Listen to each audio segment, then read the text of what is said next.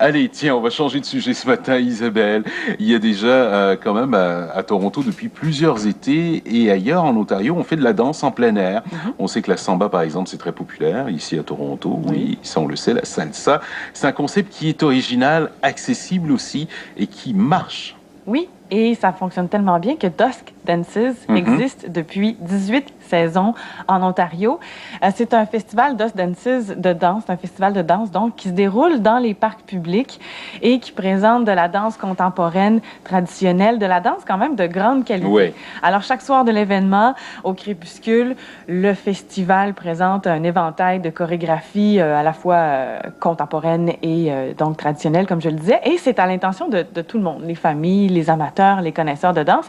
Et donc, à la tombée du jour, il y a un maître de cérémonie qui guide le public vers des pièces de danse. Généralement, on parle de 5 pièces de danse, des petits numéros de 10 minutes, et le guide va diriger le public à différents endroits dans le parc. Oui, mais justement, ça se passe dans quel parc, ça? En fait, on se promène un peu partout. On était, par exemple, du côté d'Ottawa récemment, de Peterborough. Et là, plus près de Toronto, bientôt, on sera de retour pour une 4e saison à Earls School Park, donc du 16 au 19 août. Il y a aussi Withrow Park. On est de retour dans la communauté de Riverdale à Toronto, donc c'est la semaine prochaine dès mardi.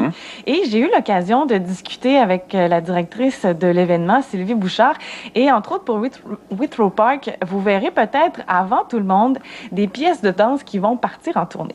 Au parc Withrow, dans l'est de la ville, ça fait 13 ans qu'on est là.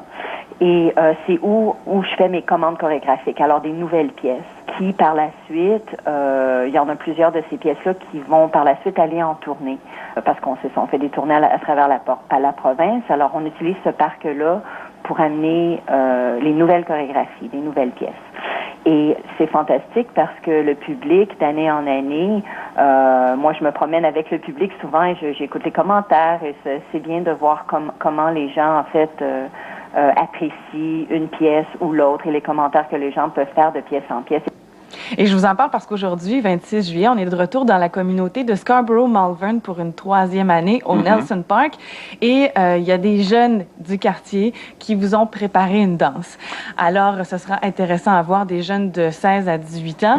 Et en fait, pas besoin de se procurer des billets. C'est gratis? Ben, on suggère une contribution volontaire. On suggère 10 $. Et côté météo, qu'est-ce qu'on fait s'il pleut? On traîne le parapluie. Si ce sont des petites averses, là, souvent, ça a lieu quand même. Ça aussi, c'est un style.